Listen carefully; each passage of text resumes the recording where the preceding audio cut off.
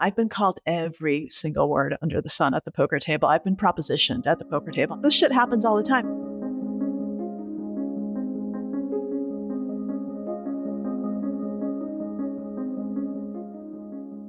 What could go right?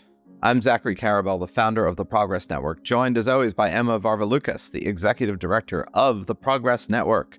And this is our weekly podcast, What Could Go Right, which has a companion in our weekly newsletter, also called, conveniently enough, What Could Go Right, which you can get at theprogressnetwork.org weekly, free.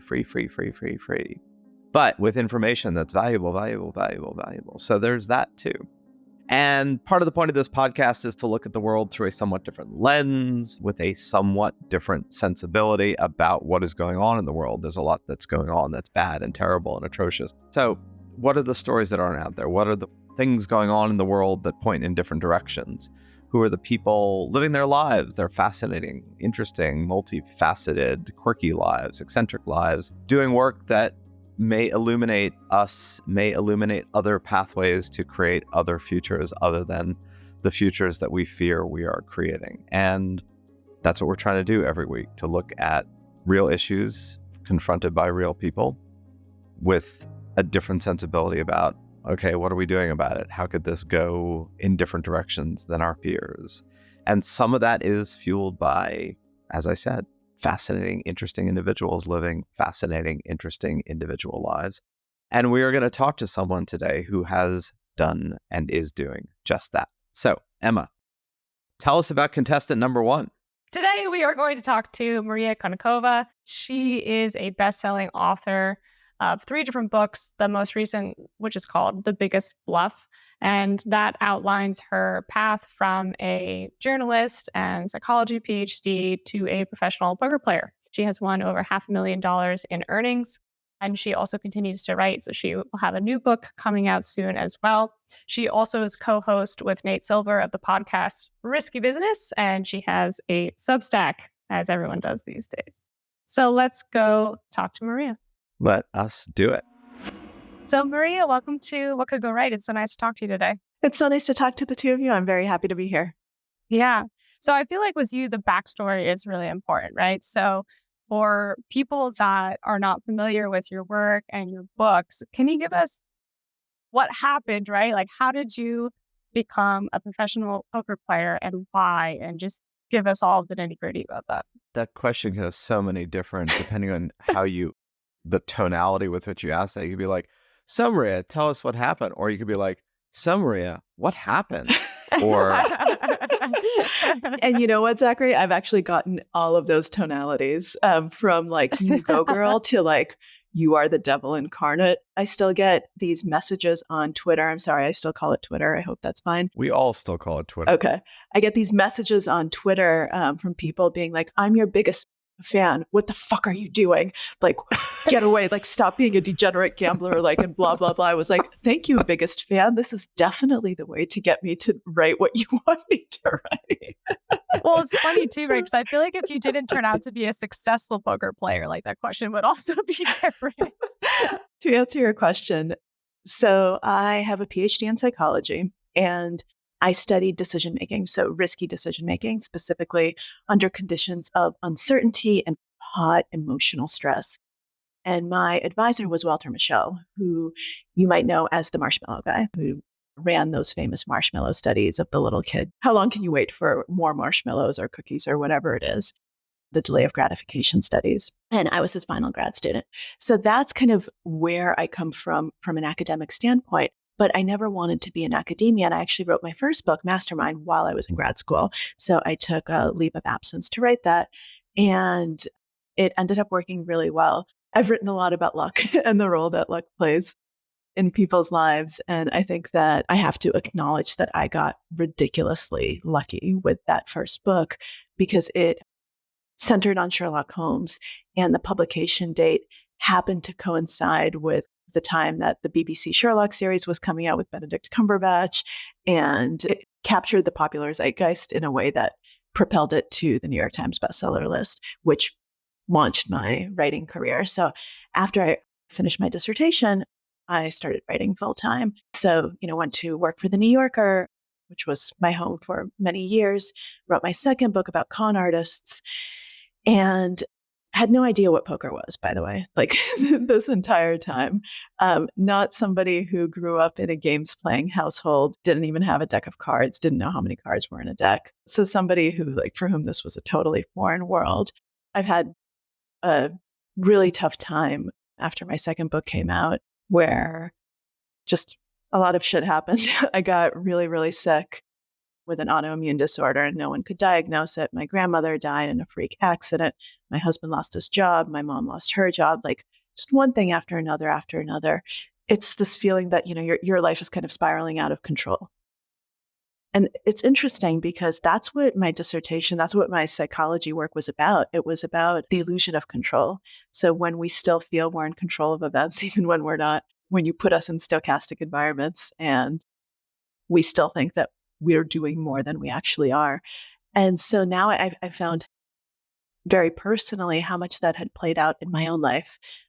And that was kind of the popping of that illusion of control bubble, where I realized that no amount of hard work will matter if you're not lucky. And if life doesn't cooperate in big ways that you really have zero control over. And I wanted to write about that. And that's actually how I originally got into poker. I was trying to figure out, how do I tackle this big topic, right?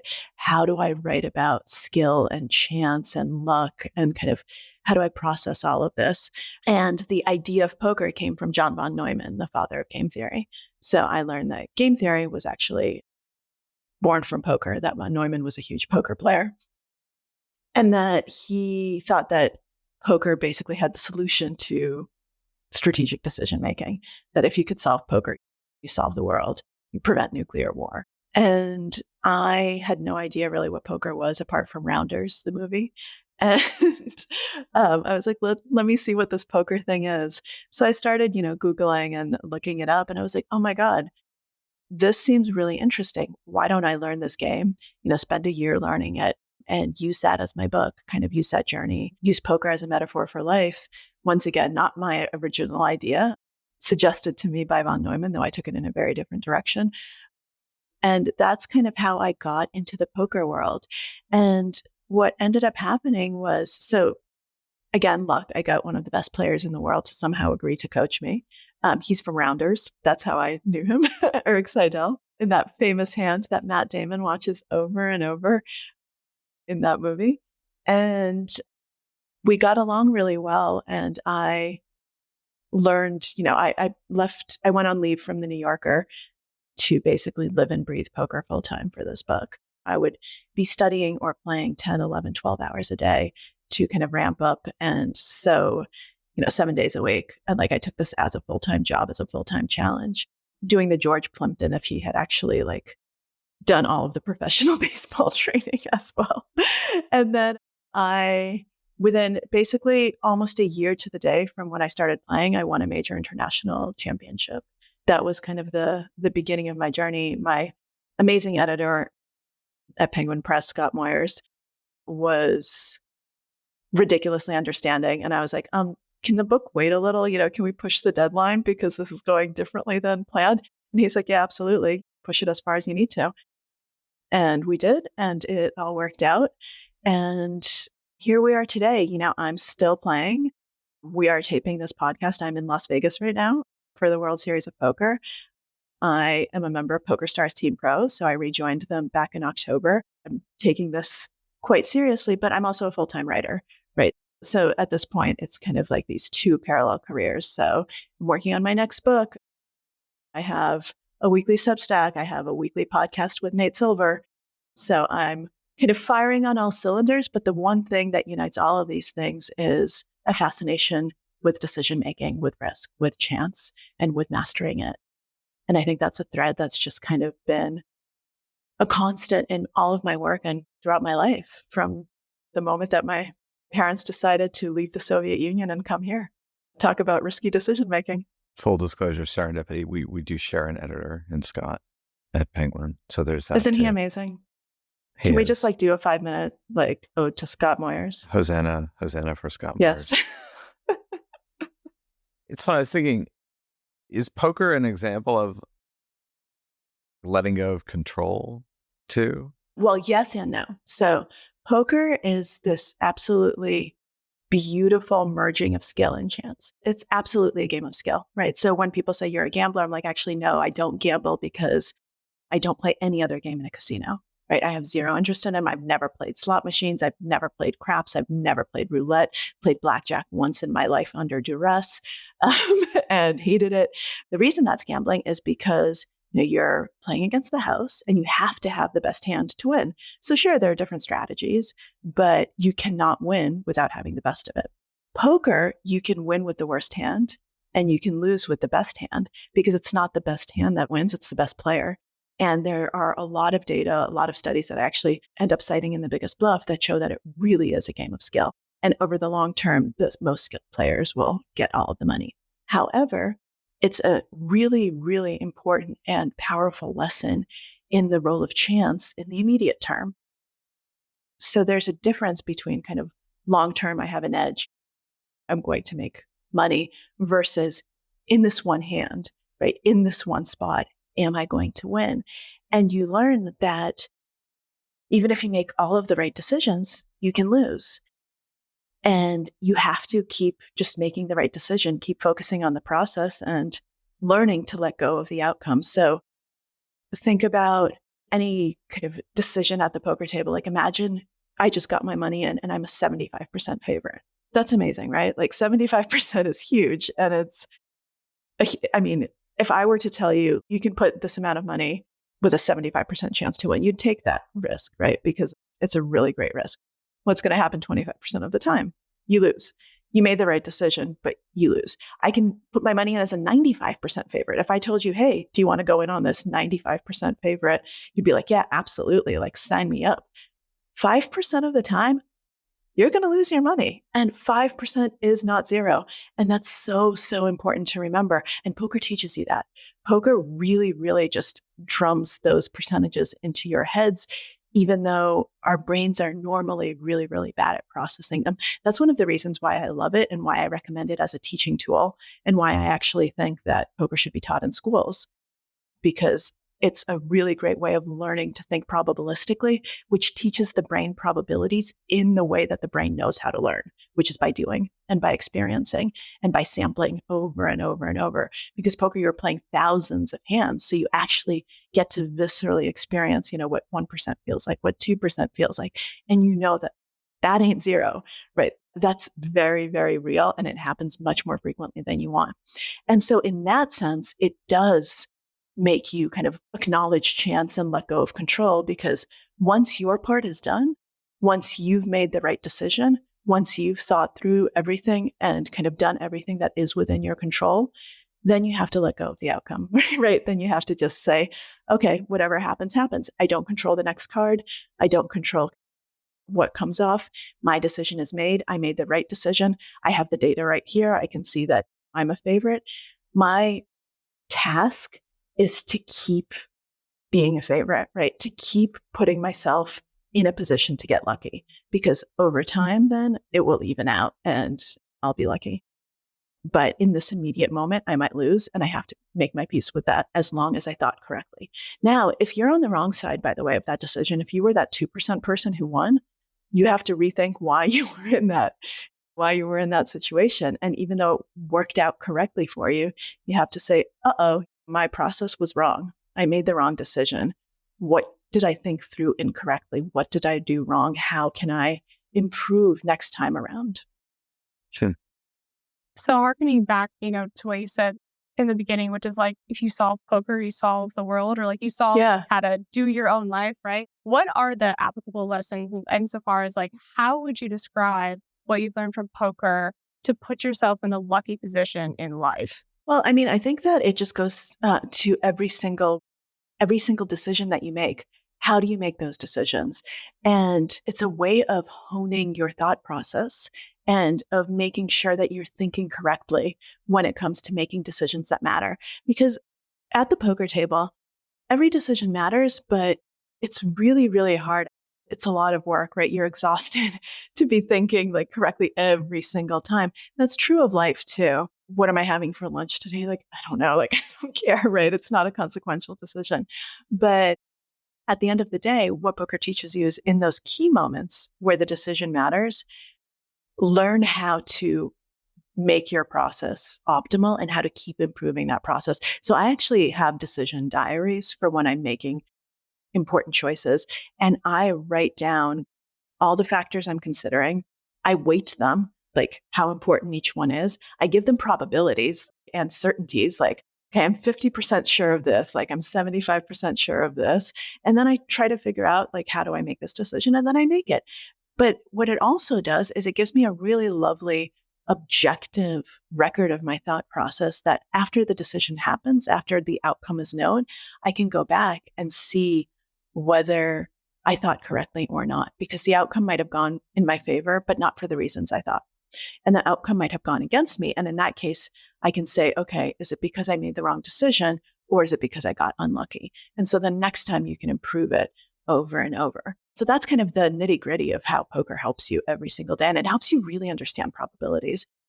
So my podcasting partner, Nate Silver, just released his presidential model this week. And what probabilities teach you is we should be fucking terrified. And that's kind of, and you understand that those numbers are actually really, really scary. And well, not if you're a Donald Trump supporter. Yes, Really, I'm not a Donald Trump supporter. I think that Donald Trump poses an existential threat to democracy. And I'm happy to talk about that. Maria, maybe tell us what was in Nate Silver's predictions, what was the probability of Trump winning? So 65% or so right now. By the way, we're recording this on the day of the presidential debate, where you will have everyone will have known now what the result was of the debate tonight, or whether it mattered at all. And the probabilities will be updated and will shift depending on that. Going back to Nate, everyone yelled at him for the Hillary Clinton loss, saying, see, even Nate Silver didn't predict it. But the thing is, he had Hillary with the lowest chance of winning, right? He had Donald Trump with the highest chance of winning. And in my book, I actually wrote that the chance of Donald Trump winning in Nate's model was the same as hitting a pair on the flop in poker. And just if you've ever played a hand of poker, think about how often someone hits a pair on the flop. Can you explain what that means, Maria? For the most of us that absolutely know nothing about poker. In Texas Hold'em, everyone gets 2 cards that are private cards, their whole cards. And then there's a round of betting that happens before any community cards come out, right? So you can discard your cards, or you can decide that you want to play. You can raise, et cetera, et cetera. So everyone who's still in the hand has 2 cards. No one knows them except for that person. So you can hold, let's say I have an ace and a queen, great starting hand, right? Ace, queen. And then the flop are the first 3 community cards. So the first 3 cards that you see that the dealer deals, they're all face up. And if any of those cards are an ace or a queen, I've hit a pair on the flop. And the chances of my doing that were equal to the chance of Donald Trump winning the election. So if you think about that, that happens all the time. It's not a low chance. And so poker teaches you, how does poker translate to everyday life? It makes you realize that those percentages are very, very real, and that we can't do what our brain wants to do, which is to actually round to 100 or to 0. And it teaches you that 100 and 0 are 100 and 0. And by the way, nothing in life is 100 or 0, right? That doesn't exist. Certainty does not exist. The other thing that poker really has taught me is to be much more comfortable with uncertainty, and to kind of embrace it, and to realize that it's a huge, huge part of every decision. It's a huge part of your life. And that's okay. I mean, that's just the world. It's really hard for the human brain to embrace uncertainty. Yeah, I mean, I think part of what you point out, which is vital, is an 80% probability feels like a very high probability, except for the fact that there's a 20% probability that it goes the other way, which, while lower than 80 by every statistical measure, is, as you put it, not only not 0, but it's not insignificantly not 0. Exactly. It's very high. And I think we like to think, because of our desire for certainty. I mean, a lot of the conceit of the Progress Network, underlying a lot of it, is the certainty about future outcomes is false. The desire for certainty about future outcomes is profound and human, but it then skews our ability to read the present in any meaningful way, particularly given that there are a huge number of present variables that will lead to a, if not infinite, a nearly infinite number of possible futures, which doesn't sit well with the human desire to know. Yes. Like, I want to know. And even in that respect, poker is a more bounded system than human existence, right? There are a lot of variables, but it is still a bounded system. Absolutely, which is why it's a great teaching tool. You have to give up a certain amount of control, embrace a certain amount of chance. Even within a bounded system, you have to do that. When you then extrapolate that to real life, I do think you could open up an incredible new front of the culture wars by trying to advocate for poker in schools as a... Oh, I already have. I did a keynote at South by EDU and got about teaching poker in schools and got some incredible responses, including principals saying, okay, how do I do this? And then people saying, Maria Konnikova is the devil. She is going to be the ruin of America. She wants to turn our children into gamblers. Like, yeah, no, I'm sure that would clearly have been an issue. I do have a question that I'm sure you've thought about, but I don't know that you've written about, which is, why the gender skew in poker? One is obviously historical, right? It used to be really a boys' club, men's game, and all the popular culture depictions are kind of these smoky back rooms with these grizzled gamblers.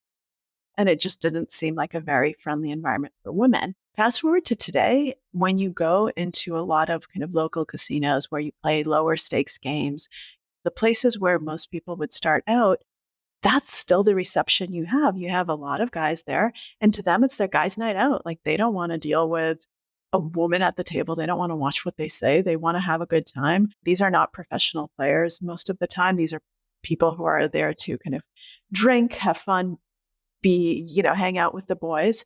And it can be an incredibly negative and off-putting experience for females. I remember my first time in a local Vegas casino. Eric Seidel dropped me off at the Golden Nugget to play my first Vegas tournament because he said he wanted me to taste the real Vegas, not to start playing at like the nice strip hotels, but to go back to downtown Vegas to kind of the original. And I mean, at least he didn't drop you at the Horseshoe. So, I mean, it could have been worse. It could have been worse. So he dropped me at the Golden Nugget. First of all, I got angle shot. So for people who don't play poker, an angle shooter is someone who doesn't quite cheat, but bends the rules to the point of cheating and basically tries to do things that are very unethical, but like go just to the line of getting disqualified to try to get you to give him information or fold the winning hand, or like, oh, I didn't actually call your bet. Just different things that try to mess you up, mess with your head. Very scummy thing to do, but some people do it. So that happened.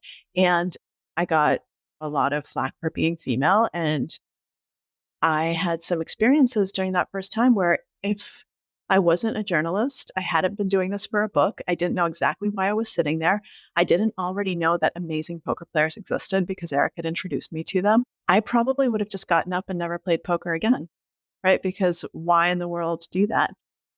And it's slowly changing, but I think that attitude at the tables, it takes a real shift from the top where people are penalized for being nasty. I've been called every single word under the sun at the poker table. I've been propositioned at the poker table and actually given a price for my services and told which hotel room I could accompany the player to. This shit happens all the time. And as I actually wrote a few weeks ago on my Substack, it still happens. So at this World Series 2024, Maria Ho is probably one of the most recognizable faces in poker. She's been around forever. She's a public face of poker, broadcaster, pro extraordinaire. We were walking back to the tournament area a few minutes before the tournament was going to be restarted, and we got stopped by a security guard who said, "I'm sorry, only poker players are allowed beyond this point." And by the way, I'm wearing huge patches that say Poker Stars Team Pro, right? And I'm with Maria. And we're like, yeah, we're poker players. And he's like, "I'm sorry, I'm going to need to see some identification." At this point, we're like, okay, what the hell? And by the way, we're in a mass of men and we're like, "What are you talking about?" And so I look at him and I'm like, "Do you realize that you're stopping the only 2 females. He's like, well, I have to stop everyone. Like, it's not about that. I was like, no, actually, it's exactly about that because you're stopping us. And at this point, we have like a minute left on break. And it's really fucking with our heads. It's not a good look. Anyway, this guy just will not let us through. And then finally, this big poker player we're friends with figures out something's going wrong and comes up and is like, hey, what's going on here? At this point, the security guard stepped back and we were allowed back at the tables. This happened 3 weeks ago. Wow. And just think about the fact that this is someone who just bars 2 women who are recognizable, but even if he doesn't know anything about poker, like at that point, he should just, acknowledge, I'm sorry, please go ahead. And instead he just doubled down and it just got worse and worse and worse. I wrote about it in greater detail, but it was just one of those moments where you realize I understand why poker is still 96, 97% male, because why bother when you have these sorts of experiences? And I think why bother is actually incredibly important, which is why people like Maria and I, the Marias of poker. The Marias. The 2 Marias. Yes. This is why I think we play and we fight to be good ambassadors for the game, because I think it's important to get more women in poker. It's important to change that because I think it's such a powerful tool for making women better at all sorts of things and helping them enter the boys club, because it's great if you can hold your own at the poker game, right? If you can actually join those conversations, because so many decisions get made not in the actual boardroom, but over whiskey and poker or whatever the case may be. And I think that it's also just a great tool of empowerment and of helping you kind of be, at least that's what it's done for me, a stronger version of yourself. And so I truly hope that we will make progress. But I know this is a very long answer to your question, but this is a big deal. And the numbers have not shifted for decades. I have a burning follow-up question that might seem odd given the story that you just told, but have you found that men give you more respect in other areas of your life because of this whole story with poker? Yeah, absolutely. Okay, yeah. Tell us more, because I just kept returning to that question. Like, oh, she's gone to the top of this male-dominated field. I bet she gets the like, hey, buddy treatment, Yeah, no, I think it's definitely helped me outside of poker, where people think, well, the ones who don't think that I'm the devil incarnate, think Right. that it's pretty cool and it's great Yeah. that I can compete at that level. And I do think that I get more respect and I get taken more seriously in a sense because of what I've accomplished in poker, which is kind of funny, right? I get taken more seriously because I play a game than because I have a PhD in decision making. And most people actually don't even realize that I have a PhD. My sister, who's an MD PhD and who actually saves lives every single day, she's a neonatologist, runs a lab, just absolutely brilliant human being, got really, really mad once when I was on a TV show. I don't even remember what show. There was someone else on, like it was a panel. They introduced them as doctor and they just introduced me as Maria Konnikova. And she's like, you're also a doctor. Like, you should insist on that. I was like, oh, it doesn't matter. Like, I'm a journalist, blah, blah, blah. And she got so mad. She's like, no, like, this is important. You need to get people to actually acknowledge that when they're giving you formal introductions. And I didn't care, but like, she did, right? She thought that that was a big deal. And it's funny that kind of the poker has given me more opportunities than I ever had before then. I gave a keynote at Davos, right? I got invited to Davos after I became a known poker player. Didn't matter before when I had multiple New York Times bestsellers and was at the New Yorker and was the same person minus the poker. They didn't know who I was and they didn't care. And then suddenly with the poker, they're like, oh, come talk to us. This is great. So I think that was kind of one of these moments where I was like, oh, holy shit. Like, this is really opening doors that would not be open otherwise. There was a great, hilarious Amy Poehler and Tina Fey introduced George Clooney at the Golden Globes, and something like Amal Clooney is a human rights lawyer, served on international commissions, defended people, and kind of went through her whole resume and said, and today her husband's getting an award for acting. there are things we value societally over other things, and sort of fame, notoriety for things that strike people's fancy are not contingent with expertise and skill. And they can be contingent with skill, obviously, but we reward different things in a kind of, wow, cool, than we do for deep study, long expertise, intensive knowledge. And that's just kind of the way it is. Absolutely. Absolutely. And I certainly think if you're on that particular wave, you might as well ride it as long as you can. Absolutely. You described at the beginning that there is a through line for you internally. I think people who do a variety of things that look disconnected are often animated by something internally that's much more of a North Star than is apparent, right? The dots are more connected internally than they appear to be optically. So what's your next dot?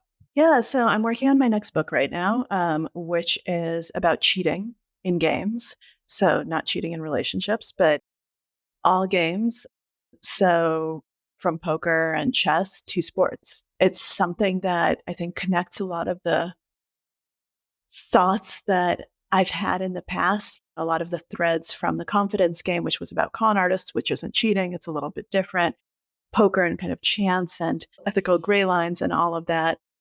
And just, I think that it's something that right now is also incredibly important as the value of truth is devalued, for lack of a better way of phrasing that. And, with the rise of deep fakes and kind of distrust in media and all of that, I think the concepts underlying cheating and kind of blurring those boundaries of belief are really important. And so it's something that I'm really excited about because thematically, I find it fascinating, but also the stories are really interesting. And so I'm doing some deep investigative dives for that, which is why the book is taking a while, because I'm trying to report out some stories that have never been covered in the media, and it's hard to do. But it's something that's really combining a lot of my passions. So I'm doing that. I have the weekly podcast with Nate called Risky Business. So thank you, Tom Cruise. And where we talk about risk and decision making. So kind of that's something that obviously it's a sandbox that I've played in for a very, very long time. And then I have just a weekly Substack where I write about whatever is on my mind. So I have written about things that have had to do with cheating that I'm thinking about for the book. And then also things like what happened to me and Maria at the World Series. So it's just a little playground where I write about whatever's on my mind that week. So this may be a semantic question, but you pointed it out when your answer no. Yeah. Someone like George Santos, the dearly departed congressional representative from Long Island. Con artist, not cheater. That's what I was going to ask you. And so what's the distinction there? Someone who cheats at a game is someone who breaks the rules of the game. It's very, very simple. Who goes against the rules of whatever game they're playing. First of all, Santos, sure, we can say that like metaphorically politics is a game, but it's not really. But con artists are someone who take advantage of other people for their own personal gain. So it's a little bit different in the sense that you can do that without breaking any rules. You don't have to be playing a game. It's just someone who has nefarious intentions and takes advantage of other people's trust, other people's confidence for their own gain. Bluestone argues that con artists like Billy McFarland, Anna Sorokin, Sam Bankman-Fried, and Elizabeth Holmes are not isolated incidents, but take advantage of a cultural shift where personality and experiences are curated, filtered, and hyped into a digital fantasy. The heart of all scams, whether we're talking about today or 100 years ago, is the idea of selling people something that they want, a dream, something that they don't have access to. The combination of the way we use social media and then the way that you can market on social media has just been this, accelerant that has made it so that, as a scammer, you don't even have to put on pants. Like, you can do it all from home. It's funny because I think about cheating in games. I think for most of us, we think about cheating in sports, right? Not games per se, but actually organized sports. Well, sports is something I'm writing about as well, yeah. But it's hard to cheat in sports with refs and rules and people watching. And yet it happens all the time.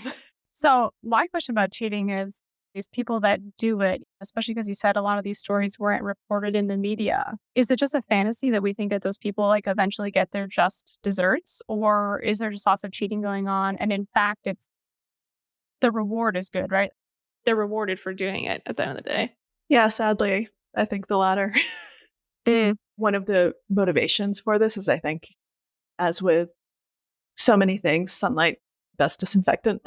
So I think it's actually really good to write about this, and it will really help make the industries that I write about stronger, because I think it's actually bad to sweep things under the rug. I think it's good to show that people will be held to account and that there's lower tolerance for it and that people will get what they deserve.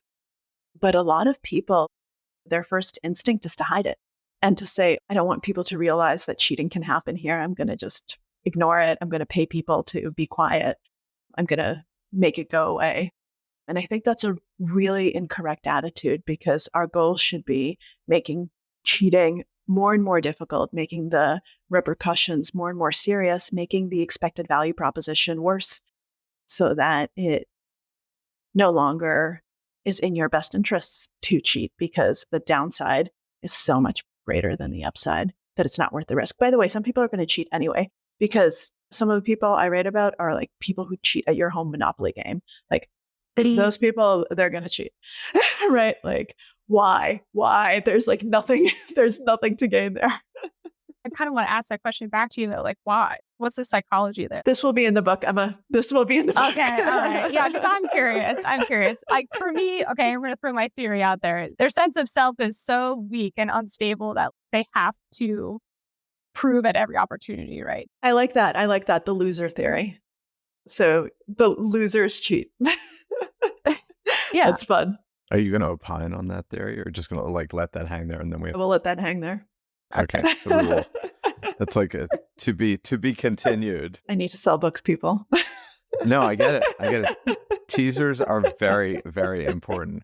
I was thinking about the sports cheating, the European Soccer Championships. We call it soccer. Obviously, the world calls it football. We're just going on, and two teams tied and went into the next round, but had one of them won or one of them lost. There was an accusation that they had purposely tied, i.e. they had cheated.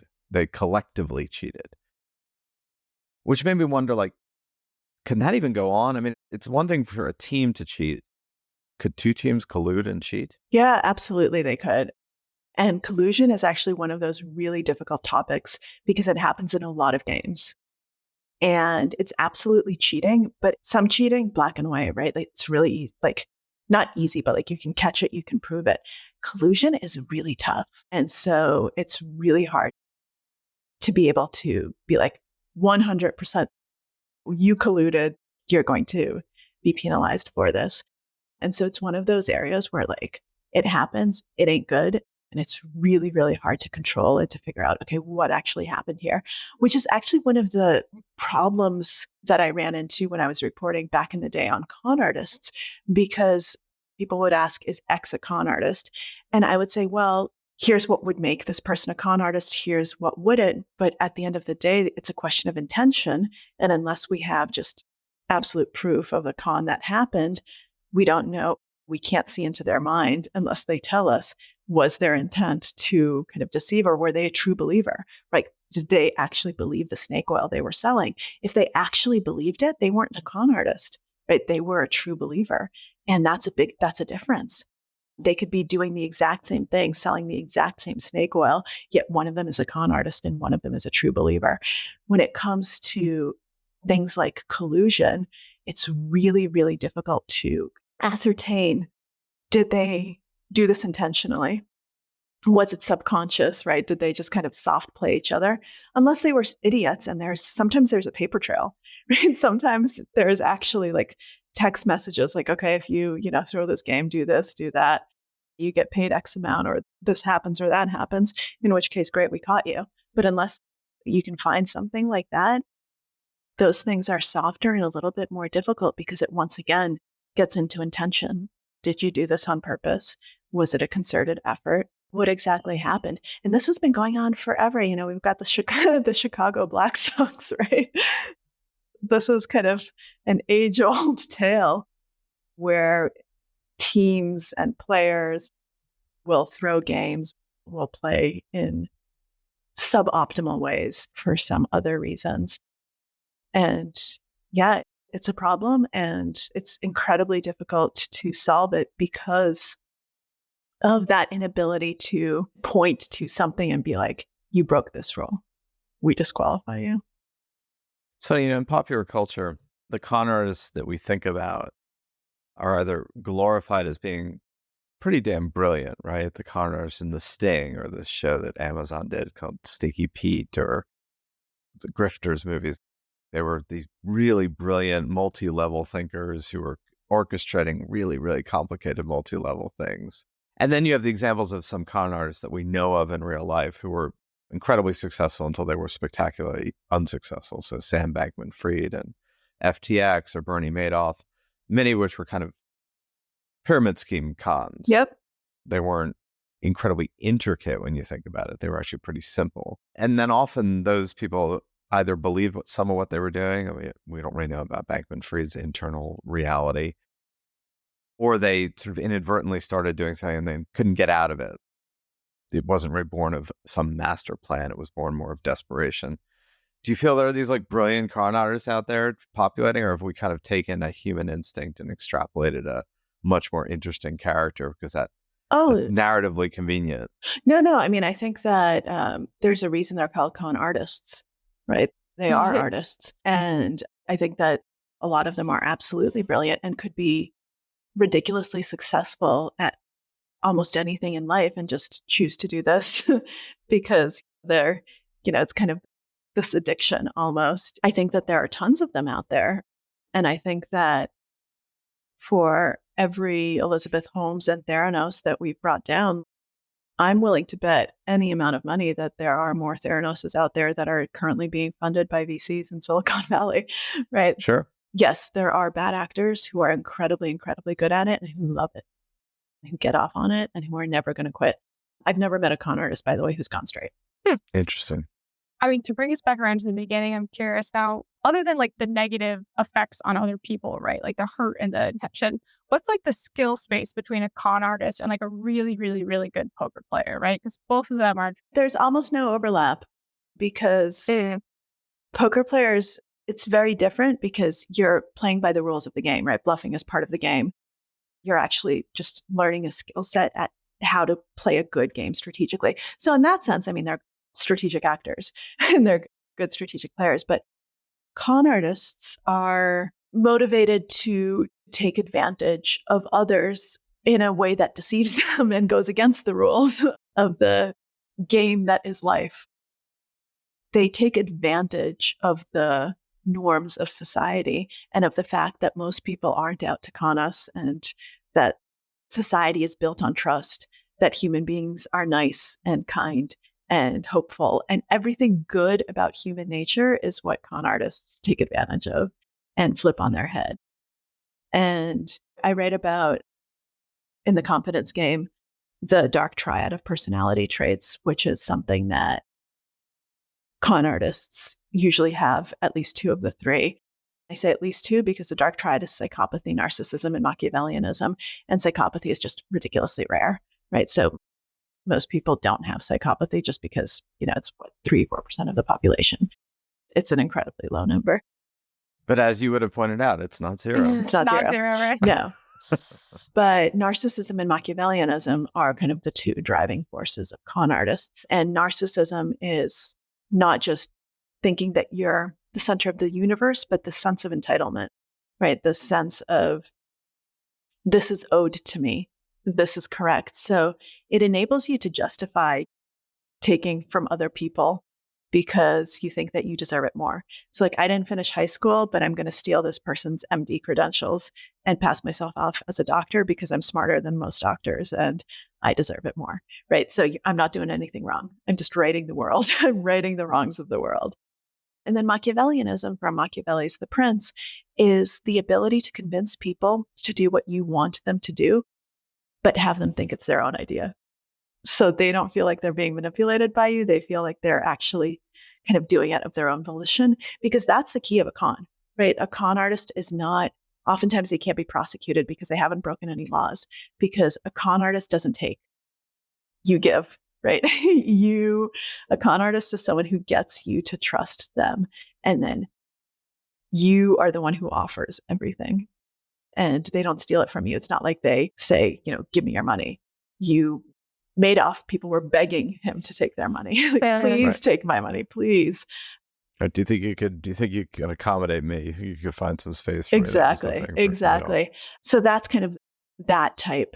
And a poker player is just someone who is good at strategic thinking, good at logic, good at kind of rational thinking, managing emotion, those types of things. That said, there's overlap because, of course, there are con artists in the poker world, just like there are con artists in journalism and there are con artists in politics. We talked about George Santos, and in every single walk of life. Con artist is not like a separate profession. Con artists are all over the world in every single profession, and in some professions more than others. I actually think journalism probably has more than its fair share. Separate from poker, which is much more, I think, a story that you've written about as illuminating, and your own individual pathway there is both illuminating and kind of inspiring for a lot of people. As you mentioned, it's execrable for other people, but let's say for many people, it's more inspiring. But a lot of what you look at are more the undersides of human psyche, consciousness, things that they do.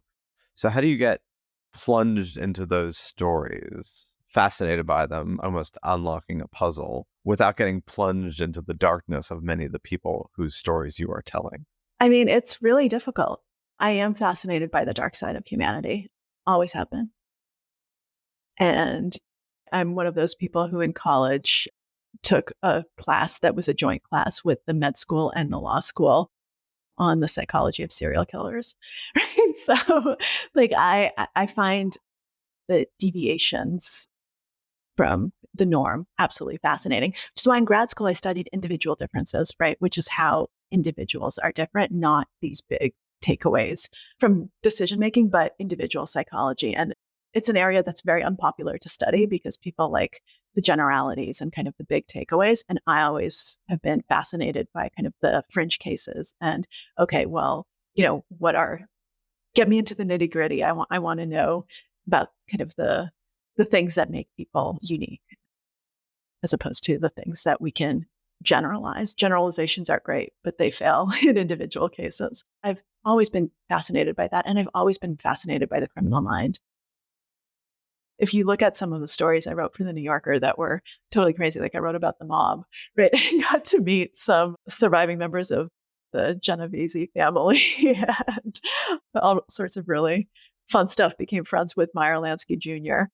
I find those things really interesting because they really shine a window into humanity, into how we think, and into the best in us as well, because you see kind of the contrast and you see how society is able to function with accommodating all of those different types of people. The most difficult part for me isn't like, I don't have any, it's not like I'm spending time with this darkness and being like, ooh, I should become a con artist.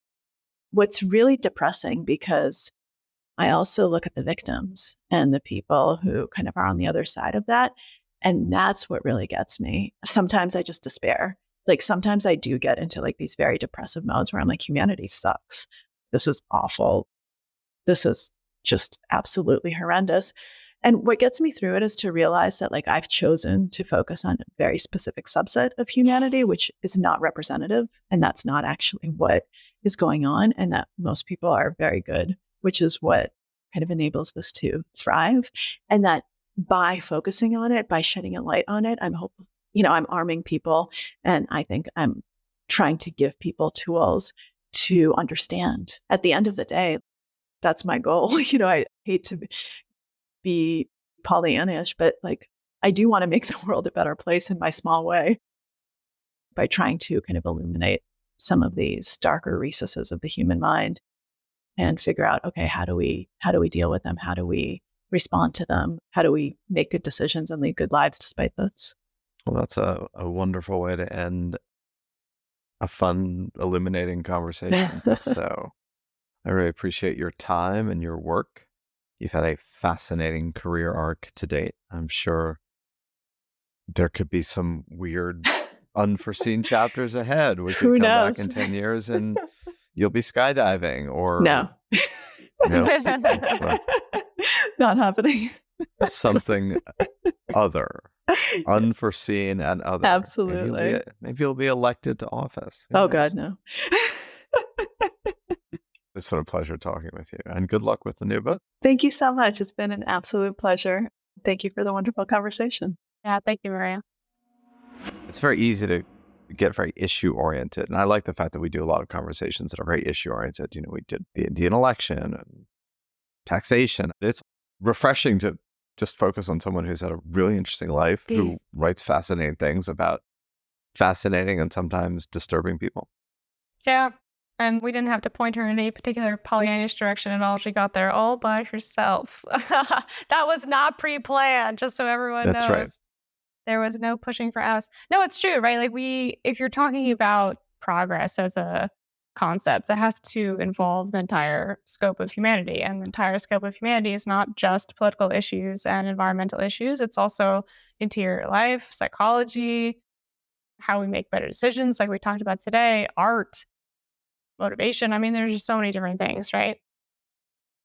And also just the cool factor, right? Like I feel like Maria just brings the cool factor. You call it inspiring. That's a more elevated way to explain that. But she's just freaking badass. The fact that I didn't get to ask her this, but I do have this question in my mind. Like, I wonder how she feels about whether anyone could have done this, right? That anyone could have intaken the lessons that she did over a year of poker and then become a tournament champion. Because to me, that's like, okay, no, you've got to be pretty special. You've got to be pretty intelligent, or something is going on there. But I'm curious what she would have said about it.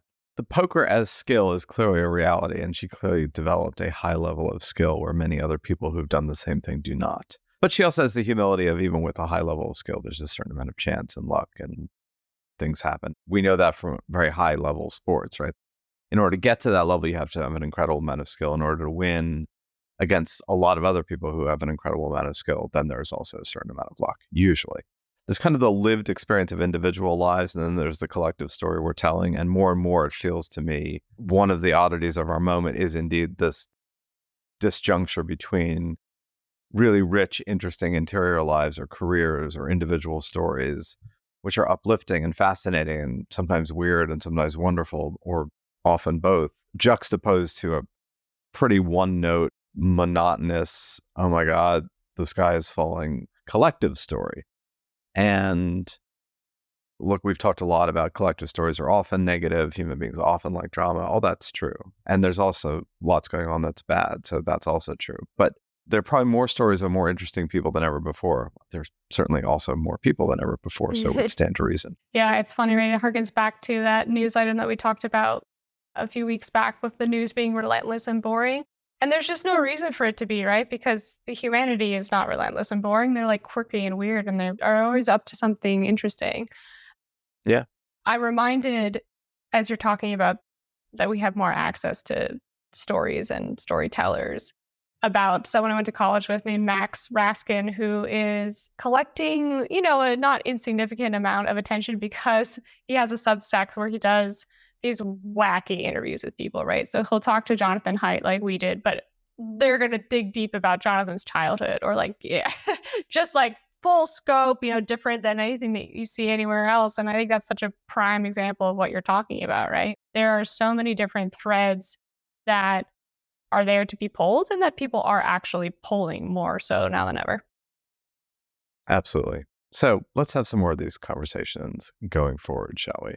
Yeah. But for now, it was very cool to talk to Maria Konnikova, and thank you all for listening. As always, we will be back next week, same bat time, same bat channel, and with another interview with another person. And send us your ideas, send us your thoughts. As always, sign up for the newsletter, What Could Go Right? And we will take it from there. And you can also read my new Substack, The Edgy Optimist, as an adjunct to all of this. Thank you. Thanks, everyone. Thanks, Zachary.